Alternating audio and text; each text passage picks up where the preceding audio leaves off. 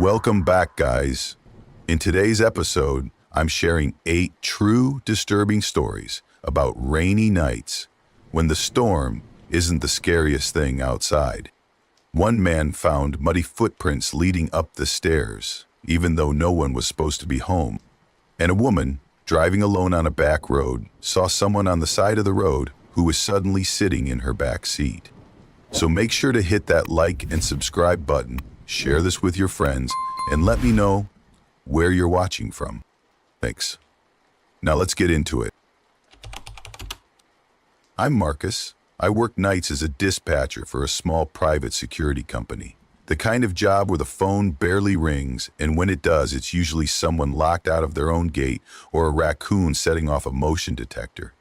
It's not exciting, but it pays the bills, and I've learned to live with the quiet hours. That night was supposed to be one of the rare evenings I actually had off. My wife Ellie had taken an extra overnight at the hospital, and I figured I'd take full advantage. No schedules, no calls, no alarms. Just a big couch to myself, whatever junk food I could scrounge up, and something stupid playing on the TV. It was a little after 10 when the first weird thing happened. I was midway through a rewatch of some action movie I barely liked the first time, eating cereal straight out of the box. The lights flickered, just for a second, quick enough that I almost didn't register it. The TV paused like it hiccuped, then came back on. My lamp dimmed and buzzed, but the power didn't go out. I sat there, waiting for another flicker, but everything settled. I figured it was the old wiring. The house was built in the late 60s, and the landlord hadn't exactly gone out of his way to modernize anything. I shrugged it off, hit play, and didn't think twice about it. 5 minutes later, it happened again. This time, the lights didn't just flicker, they faded. They went dim and stayed that way, hovering at this low, dull amber. The ceiling bulbs started making this faint humming sound, almost like they were straining. The movie stopped, the sound died completely, and suddenly I was sitting in a room that felt hushed, like something had settled in the silence. That's when I noticed the curtain at the back door move. It was subtle, just a small, sharp twitch, like someone had flicked it from the other side. The thing is, that curtain doesn't move on its own. No draft, no open windows, no air vents nearby. It just shifted, like something had brushed against it. I got up slowly. I wasn't scared at this point, just alert. I went over, pulled the curtain aside, and stared out through the glass. I looked left, right, down at the patio. Nothing. But when I turned to go back, I froze. There were wet footprints on the floor, bare feet. Damp prints smudged on the tile, starting at the patio door and trailing into the house. They weren't faint. They were soaked in, like someone had walked through puddles and stepped inside without wiping their feet. I followed them with my eyes. They led from the door, curved around the corner into the kitchen, then disappeared toward the stairs. I remember just standing there. My brain was already telling me, no, this isn't possible. You didn't hear a door open. You didn't see anyone. You're alone. But the prints were there, and I knew, absolutely knew, I hadn't tracked them in. I followed the trail. It felt like walking through someone else's nightmare. Every step I took, I expected to hear breathing or see someone duck behind a door, but the house was dead silent. The footprints stopped at the base of the stairs. They went up. I stood there for what felt like a solid minute, hand resting on the banister. Every instinct told me to walk away, grab my keys, go wait in the car until Ellie came home. But I couldn't make myself move. Eventually, I started up the stairs. The second floor was darker, heavier. The hallway light didn't flicker, it just didn't turn on at all. I moved slowly, using my phone as a flashlight. The prints continued to the guest room at the end of the hall. The door was open just a few inches. I pushed it open the rest of the way. It looked normal, neat, quiet, untouched. We barely used the room. Just an old bed frame, some dusty shelves, And the dresser we kept meaning to donate. I stepped inside. That was when the door slammed shut behind me. Loud, sudden, it shook the walls. I rushed back, tried the handle. It was locked from the outside. I don't know how long I stood there, hand on the doorknob, listening. The room was silent, too silent. I remember hearing my own heartbeat in my ears, feeling it in my throat. I was frozen, scanning the corners of the room, waiting for something to move. And then the door slowly creaked open. Not a bang, not a crash, just a slow, smooth swing. No one on the other side. That's when I finally moved. I bolted, down the stairs, through the hallway, straight out the front door. Didn't grab a coat, didn't grab my shoes, just ran. I sat in the car with the engine running, doors locked, heat blasting. I called Ellie and told her to come home. I didn't try to explain, just told her something wasn't right. She didn't argue. I think she heard it in my voice. We stayed in the car until she pulled into the driveway. I wouldn't go back inside until we walked in together. The next few weeks were tense. The house never felt the same. The air felt heavy, like the walls were holding something in. The living room light would flicker even when the weather was fine. Ellie swore she'd hear footsteps when I wasn't home. I'd come downstairs in the morning and find cabinet doors open, drawers pulled halfway out. Then came the scratches. I was looking for a screwdriver one night. Thought it might have rolled into the closet under the stairs. That's when I saw it. The inside of the closet wall was carved up. Deep grooves. Some overlapping, others jagged, like someone had been scratching over the same spot again and again. I leaned in with my flashlight. They weren't just scratches. They were letters. My name, over and over. Dozens of times. Some carved clean, others messy, like someone had tried to remember how to write it, but kept messing up. Below it, scratched deeper than anything else, were 3 words. Amia, that was it. We gave notice that week. Broke the lease. Paid the penalty. Didn't even try to get the deposit back. We moved across town. Small apartment, 3rd floor. Nothing fancy but safe. Normal. We haven't talked about that night much. I'm Lena, and I work nights at a vet clinic just outside Ridgefield. I'm used to quiet, to dim hallways, the hum of machines and the occasional bark or yowl from a cage. There's a rhythm to those hours that fits me, and I don't mind being alone. I actually like it, especially on rainy nights.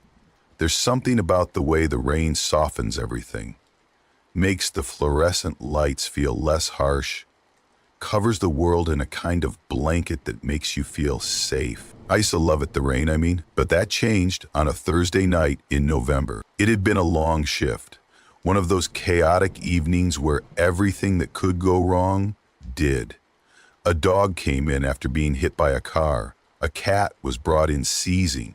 My coworker Zoe left early. Her kid had a fever, and by the end of it all, I was the last one in the building. I stayed late, cleaning up, locking meds, finishing the notes. When I finally stepped outside, it was just past midnight. And it was pouring, like windshield wipers on full blast kind of rain. The lot was empty, street lamps blurry in the downpour. I hesitated for a second. Zoe had offered me her couch before she left. "It's coming down hard," she'd said, "just crash here." But I was tired, and my bed was only 25 minutes away. Even less if I took the back roads. I'd done it plenty of times. Those roads cut through dense trees, past a few old farms, then linked back to the main highway closer to home. I knew them like the back of my hand. I didn't even think twice. Just got in the car, turned the wipers up, and drove. The rain was so loud, I didn't bother with music, just the slap of the wipers and the occasional rattle of branches against the roof. Visibility was garbage. The road narrowed between the trees, the edges almost invisible in the dark. My headlights picked up sheets of rain, but not much else. Then I saw her. She was just standing there, on the shoulder, alone. I caught sight of her maybe 2 seconds before I passed. Pale skin, long hair soaked and hanging limp, a white dress stuck to her legs like wet tissue. barefoot, arms hanging straight down, not moving, not even flinching as I passed. I slammed the brakes, heart in my throat.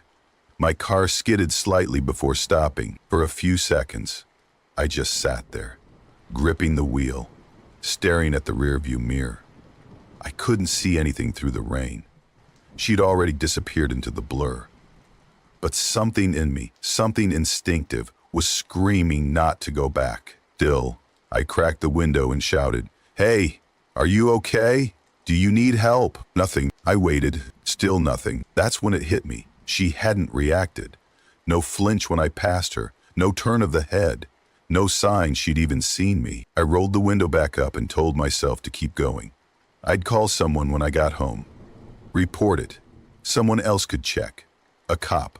Not me. I started driving again, slower now. My palms were sweaty on the wheel. Then, maybe 5 minutes later, I heard it. A thud, right on the roof. Loud and solid, like something had dropped directly on top of the car.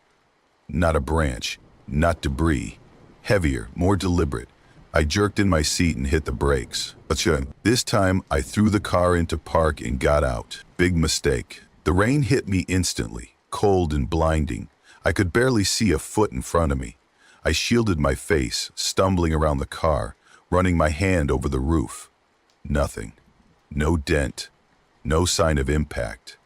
I crouched, checked underneath. Nothing. But when I got back in the car, everything felt wrong. The driver's seat was soaked, like someone had sat there soaking wet, but I hadn't left the door open. The windows were closed, the rest of the interior was dry, and my clothes? Barely damp. I checked the doors, they were still locked. Back seat? Empty, but my skin was crawling. I started driving again, gripping the wheel like it would anchor me to reality. I didn't look at the mirrors, didn't breathe too deeply. I just focused on getting home. Then I saw her again, standing dead center in the road. I slammed the brakes, hard. She was facing away from me.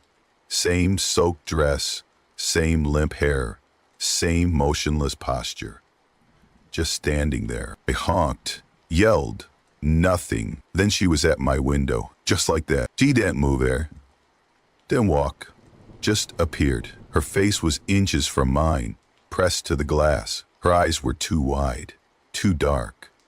Her mouth was moving again, slow and silent, forming words I couldn't hear. I froze. Couldn't blink. Couldn't breathe. Then she smiled. It wasn't a smile that came from joy or even cruelty. It looked like a smile practiced in the mirror 1,000 times until it didn't mean anything anymore. Wide, stretched, wrong. I slammed the car in reverse, hit the gas, tires spun, the car fishtailed, and I fought to control it. She didn't chase me. Didn't move. Just stood there as I backed up, turned around, and floored it the other way. I didn't stop again. Not for red lights, not for stop signs. I didn't even remember most of the drive. I just kept glancing at the mirrors, afraid I'd see her face behind me. When I finally pulled into my driveway, I sat there for a long minute, engine running, heart still hammering. I checked the back seat one more time, but I couldn't shake the feeling I wasn't alone. I ran inside, locked everything. Then I noticed something. My clothes bone dry? No way. I'd been outside in the storm. I should have been soaked. I stood in my kitchen, staring at the floor, unable to make sense of anything. My hair wasn't even damp. I reached for my phone. It had a single notification. Just one. A new photo in my gallery. I hadn't taken any photos. I opened it. It was grainy, low res. A shot taken from the back seat looking forward. You could see me in the driver's seat, slightly turned like I'd glanced to the left. And in the rear view mirror, barely in focus, was her face. Smiling, I deleted the photo. Then I sat on the couch until sunrise, every light in the house on. I haven't taken the back road since. Don't care how long the drive is now, I'll take the long way, every single time. My name's Tyler. I'm 28, and this happened back when I was working night shifts at a small coffee shop near Bellevue. The kind of place that only had a few customers past 10 p.m., mostly regulars and weirdos trying to sober up before heading home. I worked the late close, locking up around 1 in the morning most nights. It wasn't glamorous, but it paid my bills, and I honestly didn't mind the quiet. I didn't have a car back then, still don't. I've always walked, even when it rained, which it did that night. Heavy, cold, steady, didn't think much of it at the time. I threw my hood up, plugged in my earbuds, and started the usual route home. I'd always take a longer path through side streets, not to save time, just force of habit.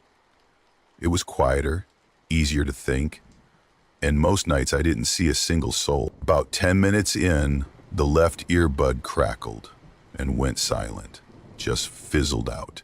I pulled it out and shook it, irritated. But as I looked up, something caught my eye at the far end of the street. Someone was standing under a broken street lamp, not moving, just standing, middle of the sidewalk, arms hanging loosely at their sides. I figured they were waiting for someone, maybe an Uber, but the longer I looked, the weirder it felt. They didn't shift, didn't check a phone, didn't even hunch against the rain. Just perfectly still. Staring ahead, I slowed down, not fully realizing I was doing it. Then they stepped forward. Just one step. It was subtle, smooth, no jerk, no sway. Just this almost mechanical glide forward. My brain flagged it immediately as wrong, but I brushed it off. Probably just tired, I told myself. Just get home. I took the next left and changed my route. I didn't run or anything, just adjusted. Gave them the benefit of the doubt, but added a little space. Still had my right earbud in, but now I wasn't really listening to anything. I was just walking faster. That's when I heard it. Tap, tap, tap. Not the kind of sound the rain makes. This was too slow, too spaced out. It sounded close, but not coming from behind me. It was like it was around me. I stopped walking. It stopped too. I turned around. Nothing. No one. Empty sidewalk behind me. Just the steady rain and a busted neon sign humming in the distance. I started walking again, this time with purpose. No more taking my time. I cut through an alley I knew well, tight, dim, a shortcut I'd used for years. It ran behind a second-hand bookstore and dumped out near the corner of my apartment building. Halfway through, I caught movement out of the corner of my eye. I turned, and he was there, 10 feet behind me. Same figure. Soaked coat, wet hair plastered across the face. Not walking, not running, just there. He was closer than he should have been. No footsteps, no splash, no sign of movement, just standing, floating. I say that because his feet weren't touching the ground. I could see the puddle beneath him clearly. The surface was undisturbed. No ripples, no reflection. I froze for maybe a second. Then I ran. I didn't think, didn't look back. I just sprinted down the alley, shoes slipping on the wet pavement. I hit the main street, nearly wiped out rounding the corner to my building. My hands were shaking so bad I could barely get the key in the lock. Once I was in, I slammed the door behind me and locked every bolt. I leaned against it, trying to breathe, trying to think. I told myself maybe it was just someone messing with me. Maybe I imagined the floating. Maybe I was exhausted. Then the lights went out. No flicker, no warning, just total blackout. The hallway was pitch dark. I didn't move. I didn't even breathe for a few seconds. Then I heard it again. The tapping, only this time, it was coming from above me. I live on the top floor. The sound moved slowly across the ceiling, directly over me. Soft, deliberate. Like someone walking slowly in bare feet. I backed away from the door, inch by inch, eyes locked on the ceiling as the tapping stopped right above my bedroom. Then I heard 3 sharp taps, tap, tap, tap, almost like a signal. I stepped backward into my room, locked the door behind me, and sat on the floor with my back against the wall. I didn't turn on the lights. I didn't move. I held my phone in one hand, but I didn't call anyone. What would I say? Then I heard it, same tapping, but this time it was at the window. 3 soft, steady taps. Tap, tap, tap. I looked up, and even with the blinds down, I could see the silhouette. That same figure, standing just outside my third-floor window. Only he wasn't standing. There's no ledge out there, no balcony, no fire escape, just open air. But he was floating, still, maybe a foot from the glass. Same posture, head level, arms down. I didn't move. I stayed frozen on the floor, staring at the blinds, too afraid to breathe. He didn't tap again. He just stayed there. Eventually, hours later, the light in the hallway buzzed back to life. The power was on. I waited another 15 minutes before standing. The window was empty. When I pulled back the blinds, nothing was there. No footprints, no handprints, no water. I changed apartments a month later, told work I could only do day shifts. Never explained why. But now, every time it rains, and I mean every time, I hear phantom tapping. On the ceiling, on the glass, and I don't look. Not ever again. I'm Kyle, 29, work nights answering calls for a bank's fraud department. Not exactly thrilling stuff, but it pays better than you'd think. My shifts usually end around 2 a.m., and that night was no different, except it had been pouring since before midnight. Not just regular rain, the kind that hammers the windows and turns the city into a mess of reflections and overflowing gutters. The kind where everything feels quieter than it should, like the world's on mute. I was exhausted. My back hurt from sitting too long, my eyes were dry, and I just wanted to get home, crash, and forget about the guy who spent 20 minutes yelling at me because his card declined at a gas station. I took my usual route down Maple, past the cemetery, across the old bridge near the river, and then onto Rookridge Drive. That street always creeped me out a little, even in daylight. The houses are weirdly spaced out, most of them abandoned or half covered in ivy, and there's this stretch where the trees lean in too close. But it was the fastest way home, and I wasn't in the mood to sit in traffic on the main roads.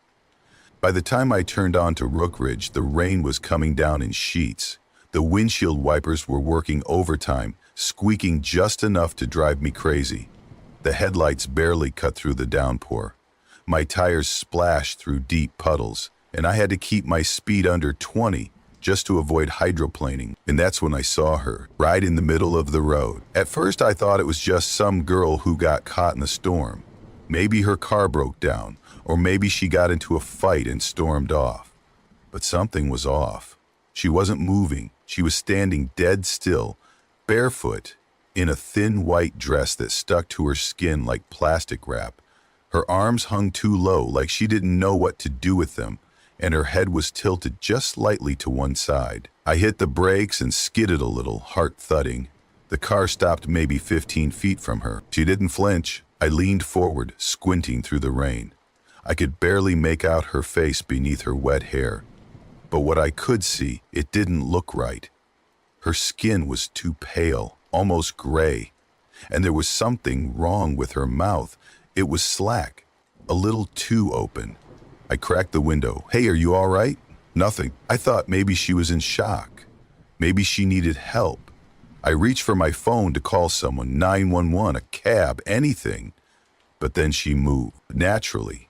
It was like her whole body turned in one stiff motion, like a mannequin on a lazy Susan. Her shoulders, hips, knees, all turned at the same time. Then I saw her eyes, or I didn't. Because they weren't there. Just deep, dark hollows where eyes should have been. And yet she was looking at me. I felt it, like two icy pins pushing into the back of my skull. I panicked, slammed the car into reverse. My tires spun on the wet pavement, and I almost hit a mailbox backing up too fast. I tried to swing the car around, but as soon as I looked forward again, she was there, right in front of me, closer, almost pressed against the hood. Her head twitched slightly, and her mouth opened wider, not like someone screaming, more like something unhinging. It was unnatural, deep, black inside. I threw the car into drive and hit the gas. I didn't care if I hit her, I just wanted to get out of there. The car swerved, the tires screamed, and I shot down the road like my life depended on it. And maybe it did. I checked the rearview mirror again and again, expecting to see her chasing me, floating behind, maybe right outside the window. But there was nothing. I didn't go home. I drove in circles for nearly an hour, soaking in sweat, barely breathing. Ended up at a 24-hour diner on the east side. Just sat there in the parking lot with my engine running, trying to make sense of what happened. I kept thinking, maybe I imagined it. Maybe I nodded off for a second or the shadows played tricks on me. But 2 weeks later, something happened that changed everything. A guy from my shift, Darren, mentioned Rookridge while we were clocking out.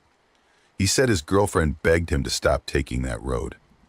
Said she'd heard rumors from kids in the neighborhood about a woman in a white dress who appears during storms. Some said she was a ghost. Others claimed she was a projection, a hallucination caused by some chemical leak in the area. Then Darren said something that made my stomach drop. She stands in the middle of the road, right? Doesn't move.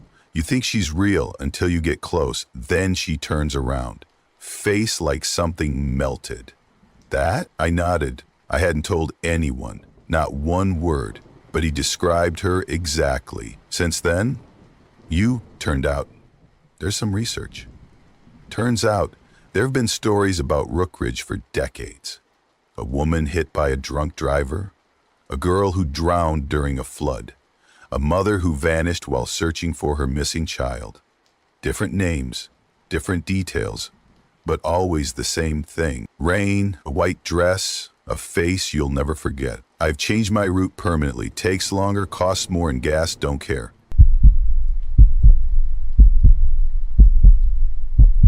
I work nights as a delivery driver, not for the thrill, just because it pays better. Fewer customers, more tips. Simple math. I used to like the solitude, actually. The roads are quiet, nobody's honking, and you can zone out a little with a podcast or music. That's how I thought it would be that night, too. Just another shift, another paycheck. It had been raining on and off all day.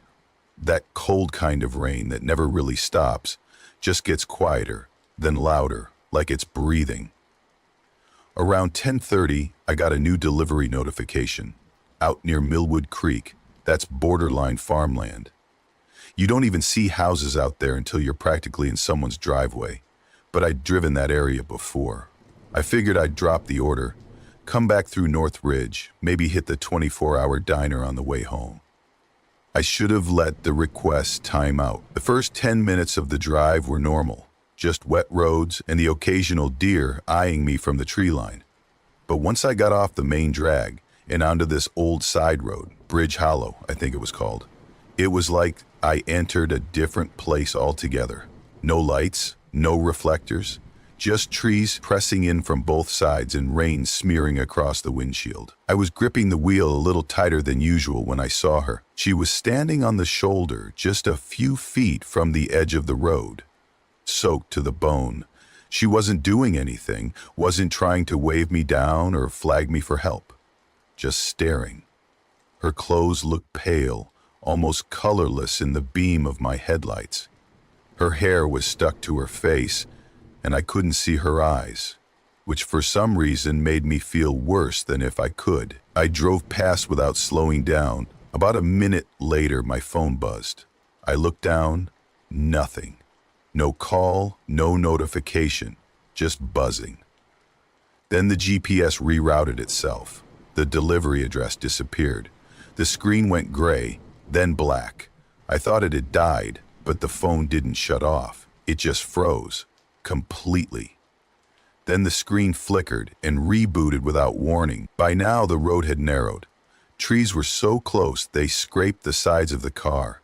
I tried turning around, but there was nowhere to do it safely. Eventually, I found this small, muddy shoulder, like a utility patch. Just enough space to back in and three-point it out. I checked my mirrors before reversing and saw her again. Same woman, but this time she was directly behind my car. Her face was slightly tilted, still no expression, still no movement. Just there. I didn't hesitate.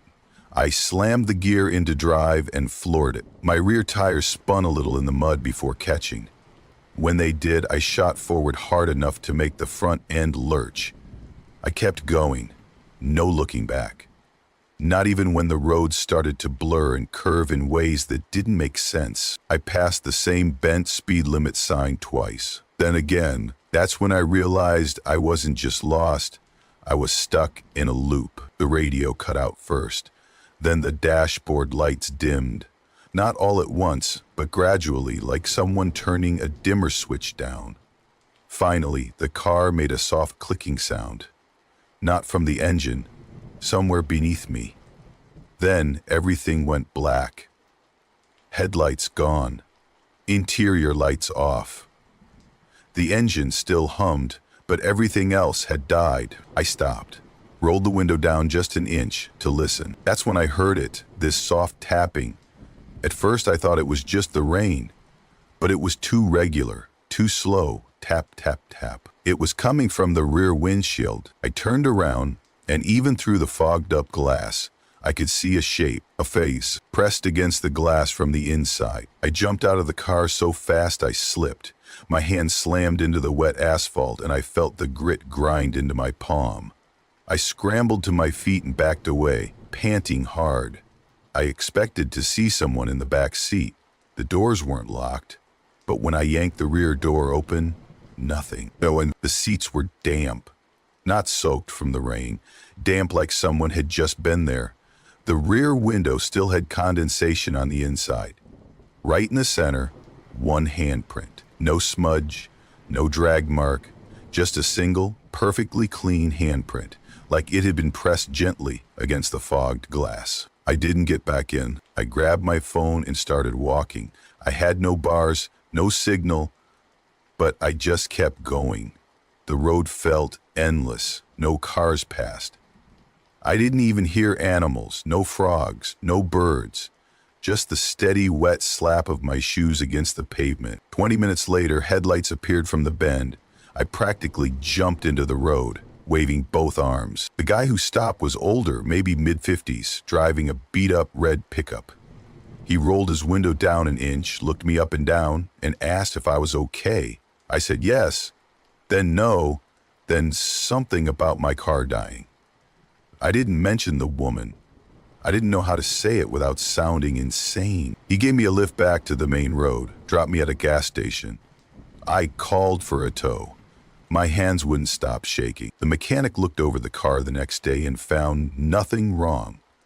Battery was fine, alternator fine, no sign of electrical failure. The GPS worked like normal, like none of it had happened. But I remember the way her hair clung to her cheeks. I remember how the loop started before I even knew I was in it. I remember that damn handprint on the inside of the glass. She wasn't a person. She was part of that road, like it wanted me to stay, like it was showing me what it could do. I don't drive nights anymore when it rains. I don't take deliveries near Millwood. I don't even open the app if I hear thunder. People can laugh, can say I'm paranoid, but they didn't see her. They didn't sit alone in a dead car, listening to something breathing on the back window. I did, and I'm not giving it another chance. I worked nights as a nurse at a hospital just outside Eldridge. I've gotten used to a lot of things. Blood, chaos, screaming, death. Comes with the territory. But nothing in that job ever rattled me the way one rainy night at home did. I was 29 then, living alone in a rental house just off Whitlow Drive. It was nothing fancy, small. One floor, creaky floors, the occasional ant invasion, but it was mine, and I liked the quiet. After 12, sometimes 16-hour shifts, quiet was gold. That particular night, I'd worked a double, 14 hours on my feet, 3 critical traumas, and a full hour documenting a combative psych patient who tried to headbutt me because I wouldn't give him more morphine. I was too exhausted to be afraid of anything. It was just after 11:30 p.m. when I finally pulled into my driveway. The rain had picked up during my drive home. By the time I killed the engine, it was hammering down like nails on the windshield. I just sat there a second, staring through the blurry sheet of water, trying to talk myself into moving. Then I noticed the porch light was off, which might not sound like much, but I always left that light on. Always. I'm the type who double-checks the stove before leaving and locks the bathroom window, even though it's too small for anyone but a squirrel to fit through.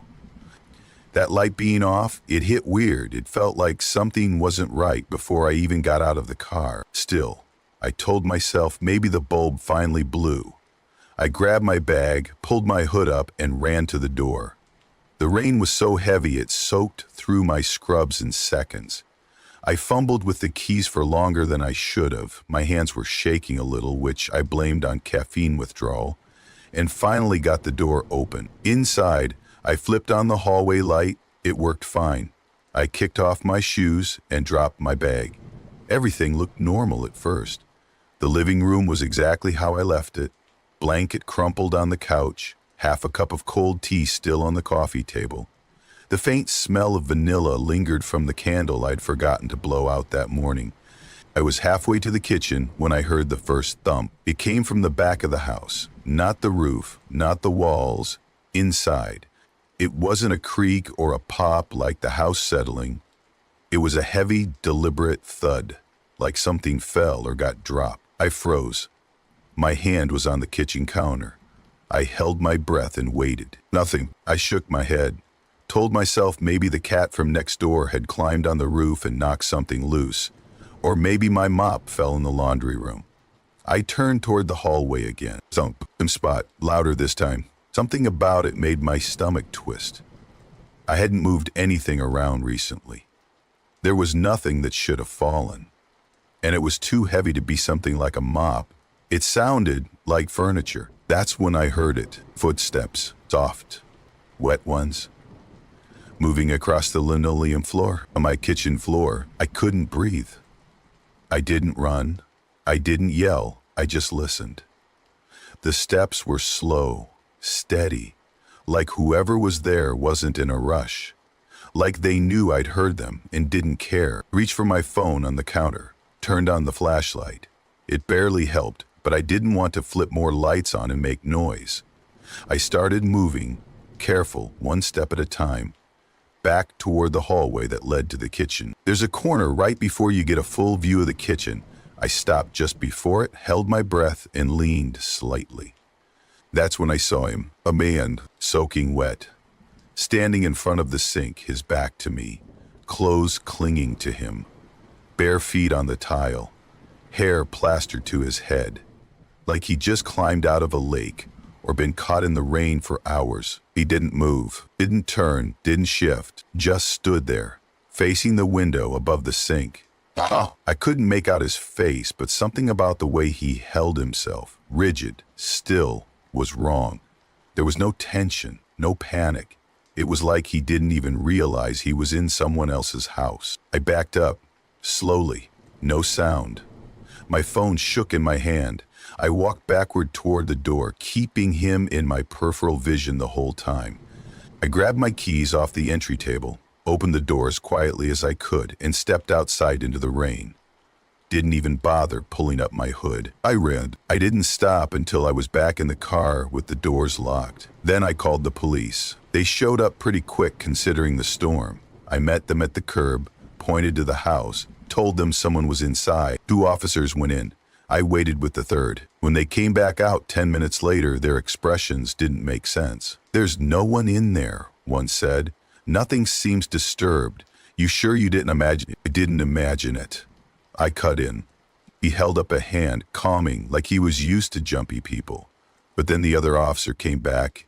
He'd found something. Wet footprints, bare, leading from the back door, still locked, into the kitchen, but no exit prints, just a trail into the house and nowhere else. They checked every window, every closet, nothing. There was no sign anyone had come in or out.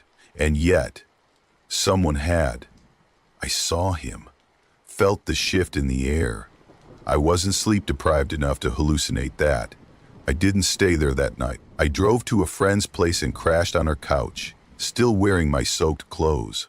The next day, I packed a bag and moved into a short-term rental across town while I figured out what to do. When I came back 2 weeks later to collect the rest of my stuff, I had 2 friends with me. One of them, Mark, helped me change the locks and install cameras. I didn't tell them the full story, I just said someone broke in. That was easier than explaining what I couldn't understand. Everything was quiet after that, for a while. Then, about a month later, I came home after another late shift. This time, it wasn't raining. I remember thinking how nice that was, not having to sprint through a storm. I stepped onto the porch, and the light above the door went out, not flickered. Went out. Instantly, my stomach dropped. I stood there in the dark, keys in hand, frozen for way too long. Eventually, I turned around, got back in my car, and drove to a hotel. I didn't go back to that house. This happened when I was 27, back when I worked night shifts for a grocery distributor just outside Dayton. The kind of job that leaves your hands raw and your spine bent if you do it long enough. That night started out like any other. I'd clocked in at 3:00 p.m. and spent the next 10 hours moving pallets, loading trucks, and making sure everything was wrapped and scanned. By the time I stepped outside, the sky was black and the parking lot was half flooded.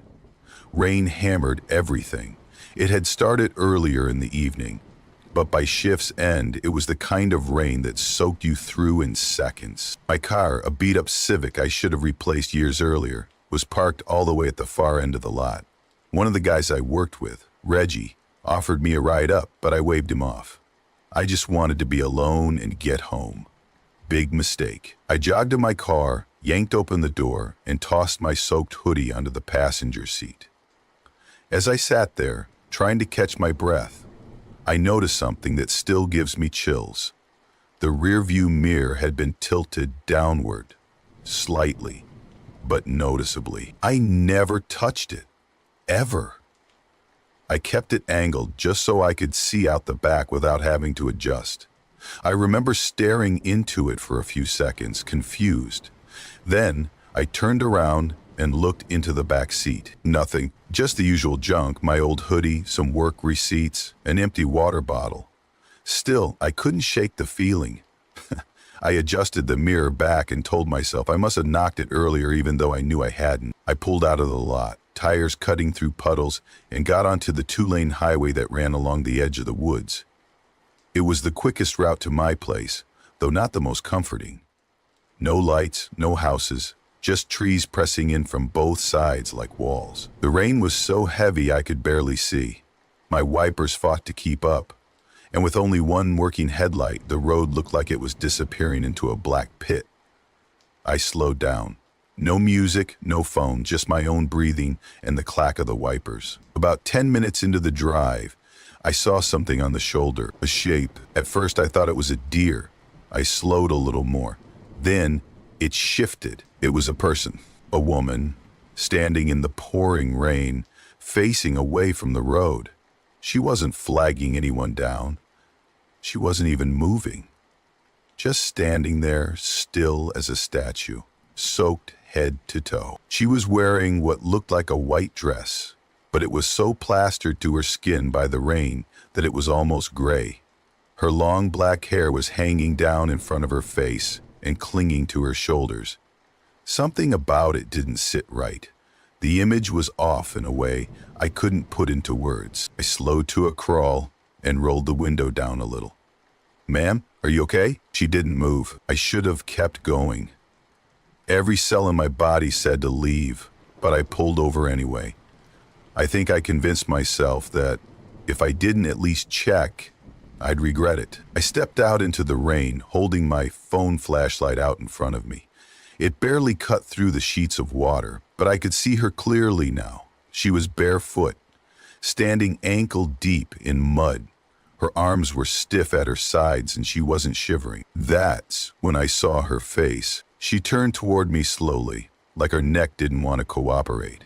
Her skin was bluish, stretched tight over high cheekbones. Her lips looked cracked, and her eyes, they weren't right. Too wide, too dark, like someone had painted over the whites. I froze. She opened her mouth. No sound came out. Just this shuddering exhale, like the last breath of something that hadn't breathed in a while. I took a step back. Then she moved. One step, then another, jerky, unnatural, like her body didn't remember how to walk. Each splash of her foot in the mud sounded too loud, like something was off about her weight. I backed up fast. I'll call someone, okay? Just stay there. She kept coming. I turned and ran. The second I slammed the door shut, she hit the side of the car with a loud thump. Her face was suddenly at the window, eyes wide, mouth open, palm pressed against the glass. I could hear her nails scraping the metal just below the window frame. I fumbled with the keys. My hands were soaked, slipping on the ignition. The car finally started. I threw it into gear and peeled out, tires spinning on the slick asphalt. In the mirror, she was still there, standing in the middle of the road now, head bowed again, water pouring over her, like nothing had happened. I didn't stop driving until I reached the gas station near the highway on-ramp. I pulled into the lit-up lot, locked all the doors, and sat there breathing like I'd just run a marathon. My heart was going so fast I thought it might tear right out of my chest. The next day, I told one of my coworkers about it, Reggie, the same guy who offered me a ride. I expected him to laugh, but instead he got real quiet. Then he told me that years ago, a young woman had been hit and killed on that same road while walking home after a party. No ID.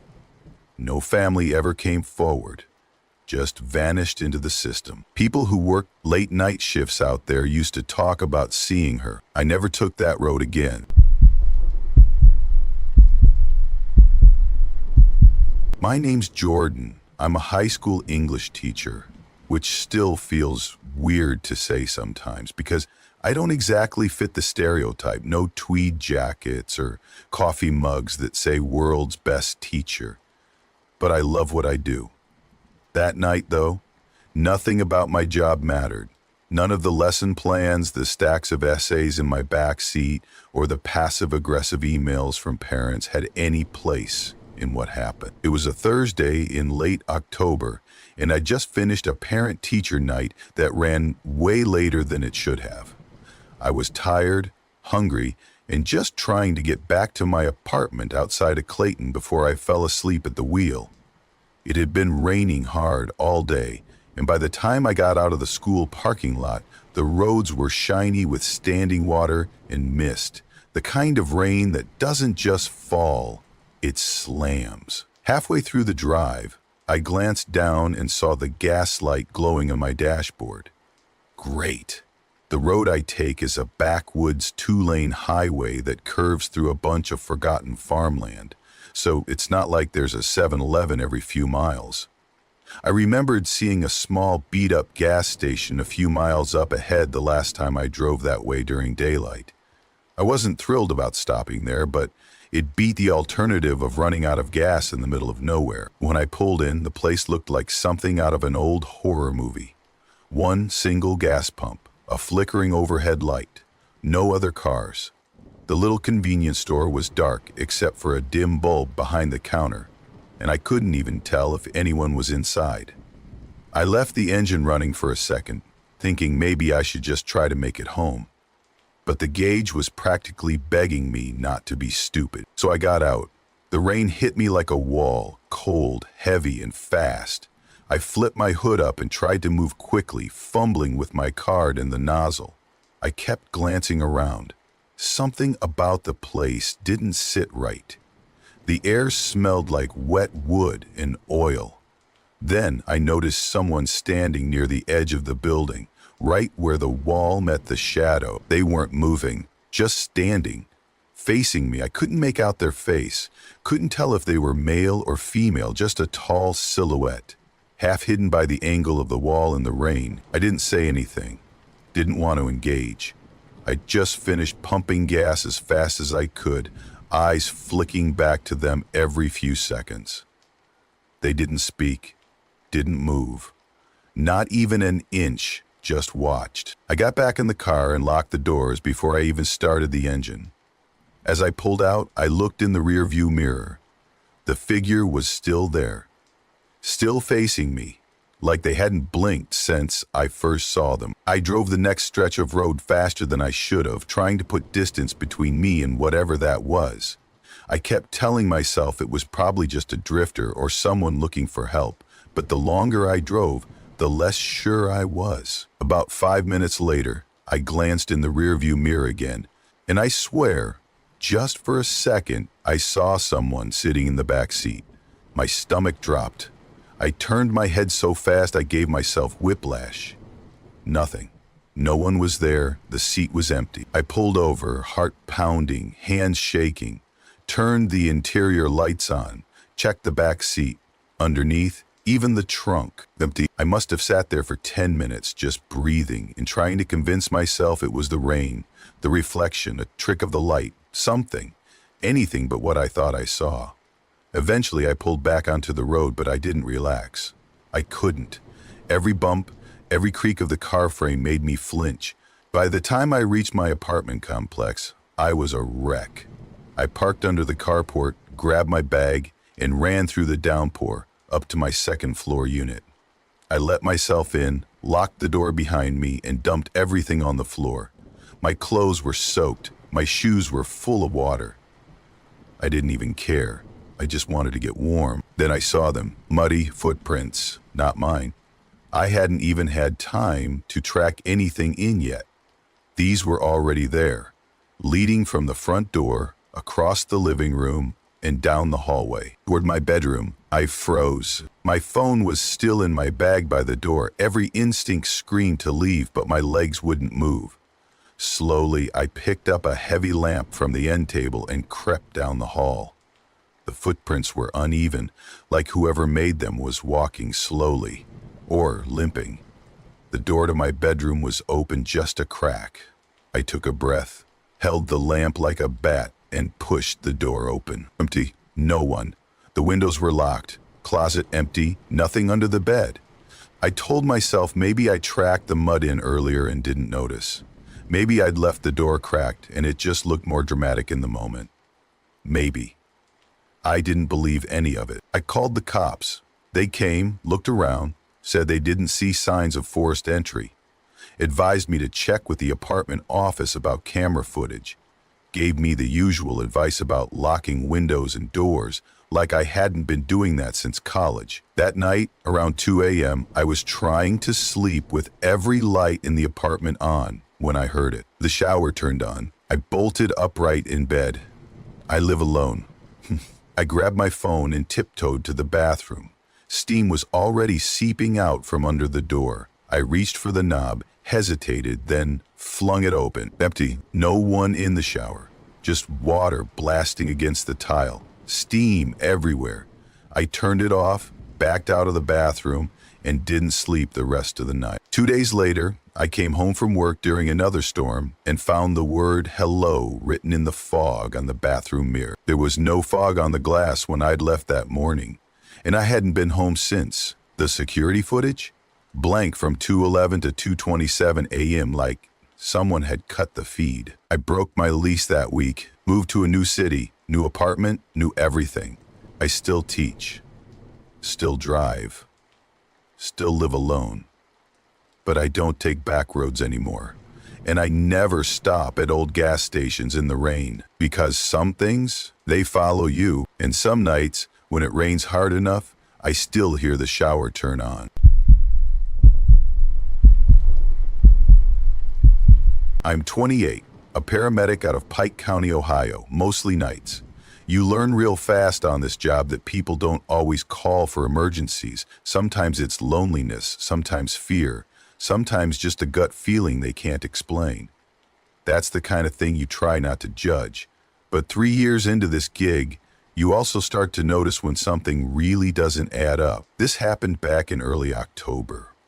It had been raining since before sundown, the kind of hard, drumming rain that makes your teeth ache from looking at it. By 11:30 p.m., I'd been in the rig alone for hours, doing my rounds, scrolling between dispatch pings and half-dead coffee. That night felt slower than usual, quieter. Then I got a welfare call just outside Elmer's Fork. Small town, maybe 30 homes, spread across 2 miles. Dispatch said a woman had called in about someone lying in the road near her property. She sounded scared, but calm. Said the man wasn't bleeding, not thrashing around, just lying there like he'd been dropped out of the sky. I pulled up at the address around 1150B. It was a one-story place, with a sagging porch light and wind chimes clinking behind sheets of rain. The gravel driveway was shiny and black, almost blending into the road. A woman stood out front in a sweatshirt, arms crossed, face pale. I rolled down my window, just a crack, and asked, "He's still there?" She nodded and pointed to the far end of the driveway. So I parked, grabbed my trauma kit, threw on my jacket, and jogged toward the figure she'd pointed at. The rain was soaking through my collar before I even got halfway there. The man was lying just off the edge of the gravel, half in a shallow ditch, half on the grass. Face turned up, gray hoodie clinging to him like a second skin. Jeans soaked, boots muddy. No blood, no bruising that I could see. I crouched beside him, called out, "Sir, can you hear me?" Nothing. Checked his pulse, slow but present. His skin was cold, way colder than it should have been. Not hypothermic cold, but unnatural. Like he'd been sitting in a freezer for hours. I put my hand on his shoulder, tried to move him slightly. His whole body was stiff. Not like rigor mortis, more like someone mid-spasm, frozen mid-tension. I glanced back at the woman. She hadn't moved, just stood there on the porch like she was afraid to blink. Then I turned back and he was sitting up. No warning, no shifting, no moan or groan, just up. His face was angled down, hood still covering most of it, but I could see water dripping from his chin like a leaky faucet. I stepped back, one hand still on my kit, the other creeping toward my radio. "Can you hear me? Do you know where you are?" Still nothing, but his hands started twitching, small tremors at first, then faster. Not like he was cold, like something was wrong with his wiring. I radioed in for backup. My voice cracked, and I hate that I remember that so clearly. I wasn't panicked yet, but something in the air shifted. You know that feeling you get when someone stands too close behind you? It was like that, only everywhere, around me, pressing in. He stood up. That movement, it's what stays with me. No shifting of weight, no bend to the knees. Just upright. Like someone pulled a puppet string straight up through his spine. He didn't speak, didn't look at me, just stood, trembling slightly. Then he started walking, not toward me, away, toward the field behind the woman's house. The field was mush. I could hear the rain sucking at my boots when I walked through it earlier, but he moved like it wasn't even there. No stumble, no splash, just gliding, steady, slow. He made it about 50 feet before he stopped near the tree line. That's when he turned his head. I swear I didn't breathe, not because of what I saw, because of what I didn't see. His face didn't make sense. Too long in the jaw, the eyes wide and still, no confusion, no pain, just vacancy. But it was like something was looking through that face, like it wasn't his at all. Then he bolted into the woods, not running, floating. I know how that sounds, but I can't explain it any other way. His feet moved, but not right. Too fast, too smooth. His body swayed like he wasn't built for it. And then he was gone. Just trees, just rain. Police showed up 13 minutes later. By then, I was soaked to my skin and shaking like hell. Half from cold, half from trying to make sense of what I'd just seen. I led them down to the edge of the field. Flashlights everywhere. We searched until 2 in the morning. Nothing. No prints, no trail, not even a broken branch. One of the officers looked at me and said, "You sure you weren't just tired?" Yeah, I was tired. But I've been dead tired before. You don't hallucinate movement like that. You don't feel fear like that when you're just groggy. I reviewed the dash cam and my body cam the next day at the station. It caught everything, up until the moment he ran. Then, just static. A full 10 seconds of snowy fuzz, followed by me, standing there, breathing hard, staring into black trees like an idiot. The official report labeled it subject fled scene, presumed intoxicated or distressed. But I knew better. I've worked overdoses, seizures, schizophrenic breaks. This wasn't that. This was something I was never supposed to see. Like I caught a glimpse behind the curtain of the world, and whatever was back there didn't want to be noticed. I took 2 nights off after that. Didn't tell anyone why. Now, every time I drive a rainy road at night, I keep my high beams low and my foot a little lighter on the gas. I still stop for welfare calls. Still do my job, but I don't get out of the rig right away anymore. I roll the window down first, I listen, and I wait, because some things don't want help. Some things just want to be seen. And if that ever happens again, I'm not so sure I'll be lucky enough to just watch it leave.